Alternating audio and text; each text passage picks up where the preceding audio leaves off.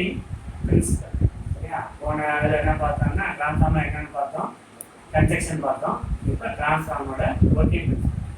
Transformer வந்து எந்த விதிப்படி வேலை செய்யுது அப்படின்னு பார்த்தோம்னா, டிரான்ஸ்ஃபார்மர் எந்த விதிப்படி அப்படின்னா Faraday's law of electromagnetic induction. Transformer வந்து எந்த விதிப்படி வேலை செய்யுதுன்னா Faraday's law of electromagnetic induction. அந்த விதிப்படி தான் வந்து டிரான்ஸ்ஃபார்மர் வந்து வேலை செய்யும். சரியா? இந்த டிரான்ஸ்ஃபார்மர் எந்த சப்ளைலாம் வேலை செய்யும்? ஏசி சப்ளைல மட்டும்தான் டிரான்ஸ்ஃபார்மர் வந்து வேலை செய்யும். டிசியில வந்து டிரான்ஸ்ஃபார்மர் வந்து வேலை செய்யாது.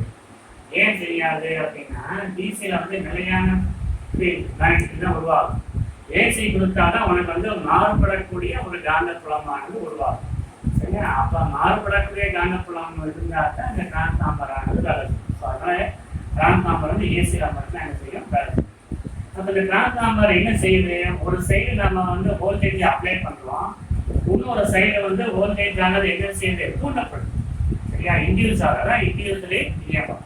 நம்ம கொடுக்கக்கூடியது ஒரு சைடு, ஒரு சர்க்யூட்டுக்கு நம்ம வோல்டேஜ் அப்ளை பண்றோம், இன்னொரு சர்க்யூட்ல வந்து வோல்டேஜ் என்ன செய்யுது, தூண்டப்படுது. இண்டக்ஷன் முறையில வந்து தூண்டப்படுது.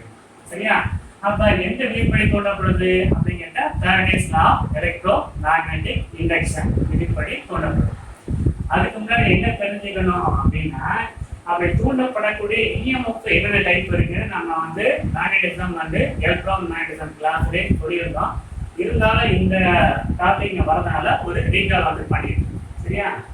அப்படி தூண்டப்படக்கூடிய EMF type of induced EMF எத்தனை டைப் இருக்குன்னா, மேஜரா வந்து 2 டைப் இருக்கு. என்னென்ன டைப்? ஒன்று வந்து டைனமிக்லி இன்டியூஸ்டு இஎம்எஃப், இன்னொன்று வந்து ஸ்டாட்டிக்கலி இன்டியூஸ்டு இஎம்எஃப். சரியா? அப்ப ஒரு காயில வந்து ஒரு இஎம்எஃப் ஆனது இன்டியூஸ் ஆகணும் அப்படின்னா மெயினா என்ன வேணும்? காயில் வேணும், ஒரு மேக்னெட்டிக் ஃபீல்டு வேணும். சரியா? இதுல வந்து ஒண்ணு காயில் சுத்தணும் அல்லது மேக்னெட்டிக் ஃபீல்டு சுத்தணும். ஏதாவது ஒண்ணு நிலையா இருந்து இன்னொன்று சுத்தி அந்த காயில்ல ஒரு இஎம்எஃப் ஆனது உற்பத்தி ஆனா அந்த இஎம்எஃப்க்கு பேர் வந்து என்னது? Dynamically induced EMF. சரியா? டைனமிக்கலி இன்டியூஸ்டு இஎம்எஃப் என்ன? ஒரு காயில் மேக்னெட்டிக் ஃபீல்டு. ரெண்டுல வந்து ஏதாவது ஒண்ணு நிலையா இருக்கணும், மற்றொன்று வந்து சுத்தணும். அப்படி சுத்தம் பொழுது அந்த காயில்ல உருவாகக்கூடிய அந்த இஎம்எஃப்க்கு பேர் வந்து டைனமிக்கலி இன்டியூஸ்டு இஎம்எஃப். இந்த டைப் ஆஃப் இஎம்எஃப் எல்லாம் எங்க உருவாகுதுன்னு பார்த்தீங்கன்னா, alternator, generator, DC generator, AC alternator, AC generator. சரியா? அதுல உருவாகுற இஎம்எஃப் எல்லாமே எந்த வகையை சார்ந்தது? Dynamically induced EMF. சரியா? இப்ப நமக்கு டிரான்ஸ்ஃபார்மர்ல உருவாகக்கூடிய இஎம்எஃப் என்ன இஎம்எஃப் அப்படின்னு கேட்டீங்கன்னா, ஸ்டேட்டிக்கலி இன்டியூஸ்டு இஎம்எஃப். ஸ்டேட்டிக்ல அர்த்தம் நிலையாக. சரியா? நிலையாக உருவாகக்கூடிய ஒரு இஎம்எஃப். ஏற்கனவே சொல்லியிருந்தேன், டிரான்ஸ்ஃபார்மர்ல சுத்தக்கூடிய பாகம் வந்து எதுவுமே கிடையாது. சரியா? அப்ப சுத்தக்கூடிய பாகம் எதுவுமே இல்லாம ஒரு காயில்ல ஒரு இஎம்எஃப் ஆனது தூண்டப்படுது அப்படின்னா அந்த இஎம்எஃப்க்கு பேரை வந்து ஸ்டேட்டிக்கலி இன்டியூஸ்டு இஎம்எஃப். அந்த ஸ்டேட்டிக்கலி இன்டியூஸ்டு இஎம்எஃப் வந்து 2 டைப் இருக்கு. இந்த போட்டோம் ஸ்டேட்டிக் இன்டியூஸ் 2 டைப் என்னது? ஒன்று வந்து செல்ஃப் இண்டக்ஷன் முறையிலேயே என்ன செய்யலாம், ஸ்டேட்டிக் இன்டியூஸ் தூண்டப்படலாம். மியூச்சுவல் இண்டக்ஷன் முறையிலேயே வந்து ஸ்டேட்டிக் இன்டியூஸ் ஆனது தூண்டப்படலாம்.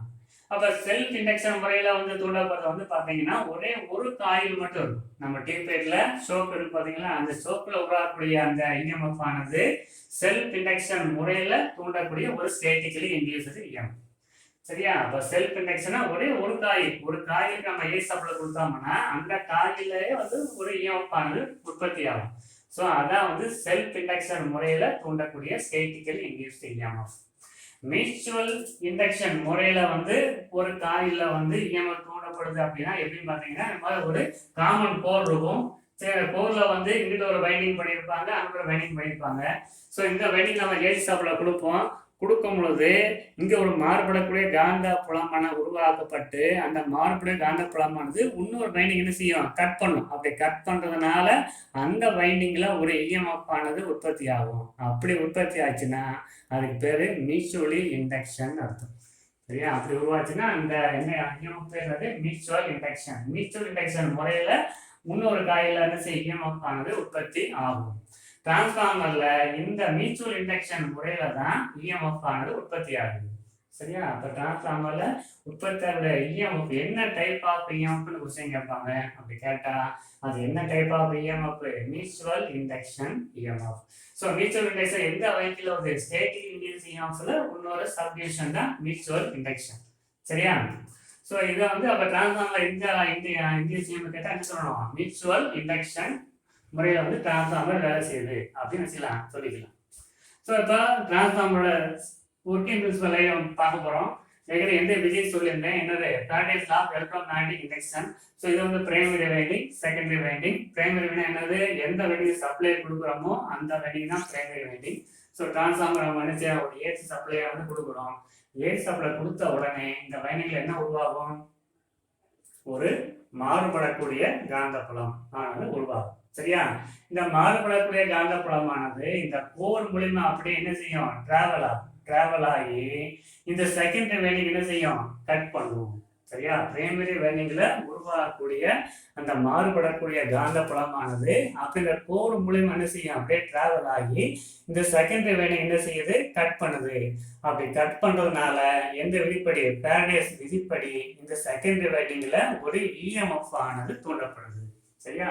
ஸோ அந்த இஎம்எஃப் நம்ம லோடு என்ன செய்யறோம்? அப்ளை பண்றோம். ஸோ இந்த டிரான்ஸ்ஃபார்மரோட ஒரு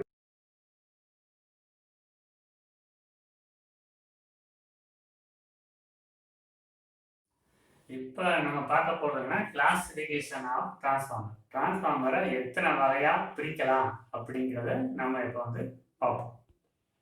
இப்போ வந்து டிரான்ஸ்ஃபார்மரை வந்து ஜென்ரலா வந்து ஒரு 6 வகையா வந்து பிரிச்சுருக்காங்க. சரியா? ஃபர்ஸ்ட் வந்து according to the core. According to கோரை பொறுத்து டிரான்ஸ்ஃபார்மர்ல ஒரு 5 டைப்பா வந்து பிரிச்சிருக்காங்க. என்ன டைப் பார்த்தோம்னா, ஃபர்ஸ்ட் வந்து கோர் டைப், செல் டைப், ரிங் டைப், பெரி டைப், ஸ்டெப்டு கோர் டைப் அப்படின்னு ஒரு 5 டைப்பா வந்து பிரிச்சிருக்காங்க. இது எதை பொறுத்துனா கோரை பொறுத்து. சரியா? அடுத்து வந்து according to the core material. அந்த கோரானது எந்த மெட்டீரியல் பண்ணியிருக்காங்களோ அதை பொறுத்து டிரான்ஸ்ஃபார்மர் வந்து ஒரு 3 டைப்பா வந்து பிரிச்சிருக்காங்க. ஃபர்ஸ்ட் வந்து ஏர் கோர் டிரான்ஸ்ஃபார்மர், செகண்ட் வந்து அயன் கோர் டிரான்ஸ்ஃபார்மர், தேர்ட் வந்து ஃபெரிட்டிக் கோர் டிரான்ஸ்ஃபார்மர் அப்படின்னு 3 டைப்பா பிரிச்சிருக்காங்க. இது வந்து கோரோட மெட்டீரியலை பொறுத்து. சரியா? அடுத்து தேர்ட் ஒன் வந்து அக்கார்டிங் டு த வோல்டேஜ். டிரான்ஸ்ஃபார்மருக்கு அவுட்புட்ல கிடைக்கக்கூடிய வோல்டேஜை பொறுத்து ஒரு 3 டைப்பா வந்து பிரிச்சிருக்காங்க.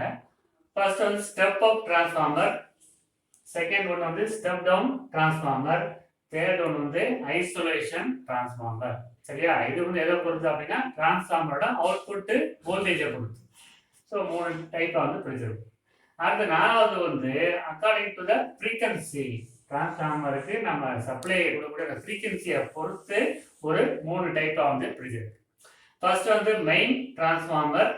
இது வந்து 50 ஹெர்ட்ஸ்ல வேலை செய்யக்கூடிய டிரான்ஸ்ஃபார்மர் தான் மெயின் டிரான்ஸ்ஃபார்மர் சொல்றாங்க. சரியா?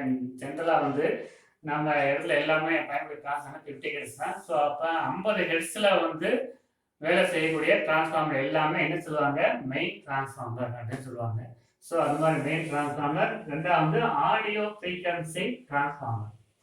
தேர்ட் வந்து ஹை ஃப்ரீக்வன்சி டிரான்ஸ்ஃபார்மர் அப்படின்னு ஃப்ரீக்வன்சியை பொறுத்து 3 டைப்பா வந்து பிரிச்சிருக்கு. அடுத்து according to the phase. Phase இல்லாமல் ஜெனரலாக வந்து என்ன இருக்கு? Single phase or 3 phase. So single ஃபேஸ்ல பயன்படுத்துறோம் அப்படின்னா சிங்கிள் ஃபேஸ் டிரான்ஸ்ஃபார்மர். 3 ஃபேஸ்ல வந்து பயன்படுத்துறோம் அப்படின்னா அது வந்து 3 ஃபேஸ் டிரான்ஸ்ஃபார்மர். சரியா? அடுத்து அக்கார்டிங் டு த அப்ளிகேஷன். எந்த இடத்துல வந்து பயன்படுதோ அந்த பயன்பாடை பொறுத்து ஒரு 3 டைப் இருக்கு. இக்னிஷியன் டிரான்ஸ்ஃபார்மர் அப்படின்னா எங்க ஆட்டோமொபைல பயன்படுத்தக்கூடிய டிரான்ஸ்ஃபார்மருக்கு என்ன பேர்னா இக்னிஷியன் டிரான்ஸ்ஃபார்மர் அப்படின்னு பேரு.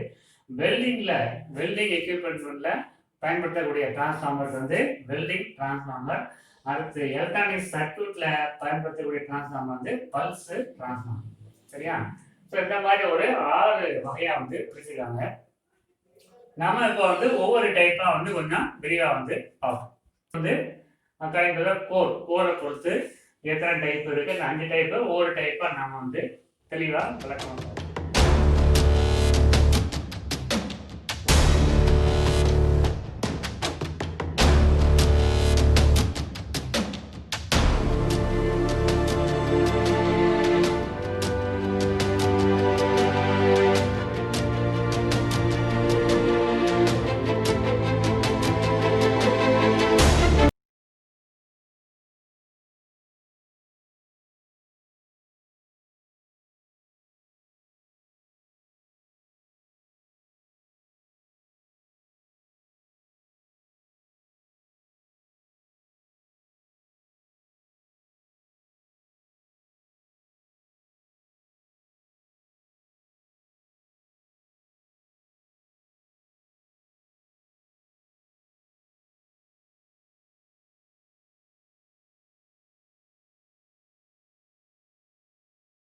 Working principal.